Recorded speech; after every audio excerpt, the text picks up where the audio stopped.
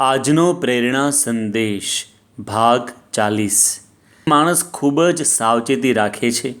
એક વાયરસ એવો છે જેનાથી માણસ શારીરિક અને માનસિક બંને રીતે હેરાન થાય છે। તે વાયરસ છે તિરસ્કાર રૂપી વાયરસ।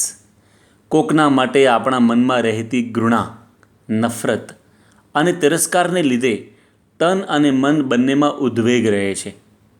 આ વાતને એક સત્ય ઘટના દ્વારા સમજીએ। અમેરિકાના ડૉક્ટર બર્ની સિગલે એક પુસ્તક લખેલું છે। પુસ્તકનું નામ છે લવ, પીસ એન્ડ હીલિંગ। આ પુસ્તકમાં તેઓએ એક પ્રસંગ નોંધ્યો છે કે જ્યારે જર્મનીમાં હિટલરે યહૂદી લોકોને ગેસ ચેમ્બરમાં નાખીને મારી નાખ્યા અને તે યહૂદીઓને વીણીને મારતો હતો, ત્યારે ઘણા બધા યહૂદીઓએ અન્ય દેશોમાં જઈને આશરો લીધેલો। એમાં એક યહૂદી મહિલા અમેરિકા જઈને વસેલી। મોટી ઉંમરે તેને હૃદયનું કેન્સર થયેલું।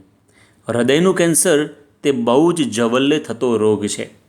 જ્યારે ડૉક્ટરોએ તપાસ કરી ત્યારે જાણવા મળ્યું કે આ મહિલાએ આખી જિંદગી હિટલર અને જર્મનીના લોકો પ્રત્યે ઘૃણા જ સંગ્રહી રાખી હતી કે એ લોકોએ અમારી સાથે આવું કેમ કર્યું। આખો દિવસ એનું જ ચિંતન, એની જ વાતો, ઘૃણા, તિરસ્કાર, નફરત, હેટ્રેટ, એ સિવાય કોઈ વાત નહીં। આના પરિણામે તેને હૃદય ઉપર કેન્સરની ગાંઠ થઈ।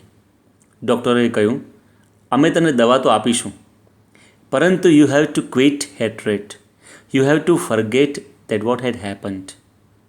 તમારે ઘૃણા છોડવી પડશે, તમારે બધું ભૂલવું પડશે। ત્યારે પેલી મહિલાએ કહ્યું, but doctor, I can't forget, હું નહીં ભૂલી શકું। ડૉક્ટરોએ કહ્યું, then you have to suffer and die. પેલી મહિલાએ ઘૃણા છોડી નહીં, આખી જિંદગી દુઃખી થઈ અને અંતે મૃત્યુ પામી। માણસ માત્રની આ કમજોરી છે કે માણસ અમુક વસ્તુઓ ભૂલી શકતો નથી, અમુક વ્યક્તિઓ પ્રત્યેની ઘૃણા, નફરત છોડી શકતો નથી અને દુઃખી થાય છે। ઘણીવાર આપણે તલનો મુખવાસ ખાઈએ તો દાઢમાં તલ ભરાઈ જાય છે। ઘણા લોકો શેરડી ખાય તો તેની ફાંસ પણ દાઢમાં ભરાઈ જાય છે। પણ ઘણા લોકો તો એવા હોય છે કે પોતાની દાઢમાં આખાને આખા માણસો લઈને જીવતા હોય છે, કેટલા બધા લોકો માટે ઘૃણા લઈને જ ફરતા હોય છે। પરંતુ આ ઘૃણા અને તિરસ્કાર રૂપી વાયરસની એક વેક્સિન છે અને તે છે ક્ષમા। મનથી માફી આપી દેવી, ભૂલી જવું, વ્યક્તિમાં જે સારું છે તે જોવું, બીજી જે કોઈ ખામીઓ હોય તે નજરઅંદાજ કરવી। આજે માણસને મોટું ઘર જોઈએ, મોટી ગાડી, મોટો પગાર, મોટો બેડરૂમ, મોટું કિચન, મોટું ટીવી, મોટું બાથરૂમ, બધું મોટું જોઈએ, પણ માણસ પોતાનું હૃદય બહુ નાનું રાખે છે। હૃદય પણ મોટું હોવું જોઈએ અને મોટું હૃદય હોવું એટલે ક્ષમા આપી દેવી, કોકની ભૂલોને માફ કરી દેવી। મહાન પુરુષોનું આ એક દિવ્ય લક્ષણ હોય છે કે તેઓ લોકોની ભૂલો માફ કરીને બધા પ્રત્યે પ્રેમ રાખી શકે છે। 1977ની સાલમાં પ્રમુખ સ્વામી મહારાજ ઉના ગામમાં હતા। સાથે વિચરણમાં જોડાયેલા યુવકો એક ગાડી લઈને પૂછ્યા વગર જ મૂળ દ્વારકા નામના તીર્થમાં દર્શન કરવા માટે જતા રહ્યા। પ્રમુખ સ્વામી મહારાજ હરિભક્તોના ઘરે પધરામણીઓ કરીને ઉતારે આવ્યા। બપોરનો થાળ ભગવાનને ધરાવાયો। સંતોએ જમવાની વ્યવસ્થા તો કરી, પરંતુ જે ગાડી યુવકો લઈ ગયા હતા એમાં જ બધો સામાન હતો।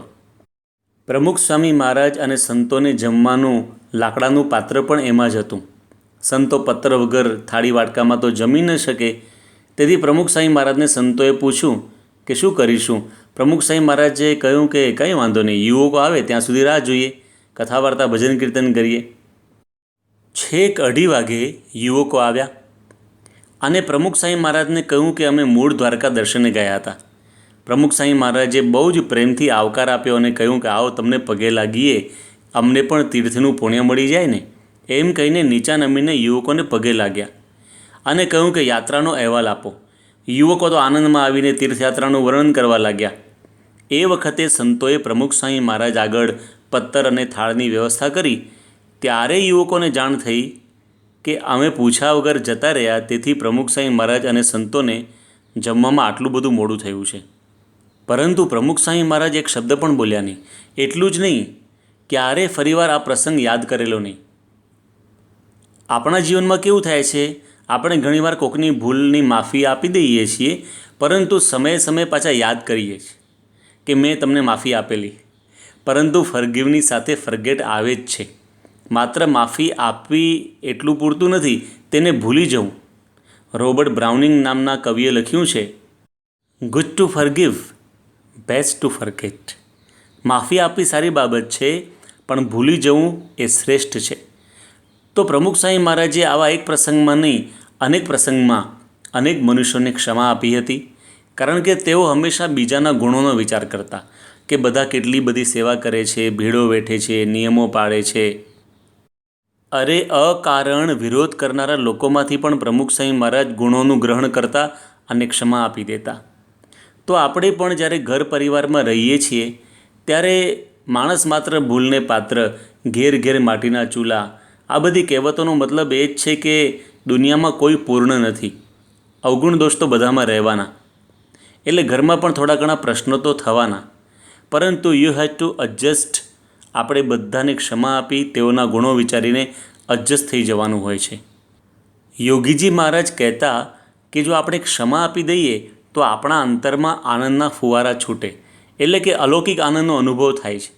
જો રામ ભગવાન કૈકેયી અને મંથરાને ક્ષમા આપી શકતા હોય, જો નચિકેતા પોતાના પિતાને કે જેમણે નચિકેતાને કાઢી મૂકેલા અને યમલોક મોકલી દીધેલા તે પિતાને પણ ક્ષમા આપી શકતા હોય, જો સંત એકનાથ પોતાની ઉપર 100 વાર થૂકનારને પણ ક્ષમા આપી શકતા હોય, જો પ્રમુખ સ્વામી મહારાજ પોતાના વિરોધીઓને પણ ક્ષમા આપી શકતા હોય, તો આપણે તો આપણા સ્વજનો અને મિત્રોને ક્ષમા આપવાની હોય છે. એટલે આપણે પણ ક્ષમાનો સદ્ગુણ વિકસાવીએ, ઘૃણા, નફરત અને તિરસ્કારનો પરિત્યાગ કરીએ અને જીવન ઉપવનને પ્રેમના જળથી પોષણ આપીએ. એ જ સંદેશ સાથે તેમજ આપના અને આપના પરિવારજનોના સ્વાસ્થ્ય સારા રહે તે માટે પ્રાર્થના સહ જય સ્વામિનારાયણ.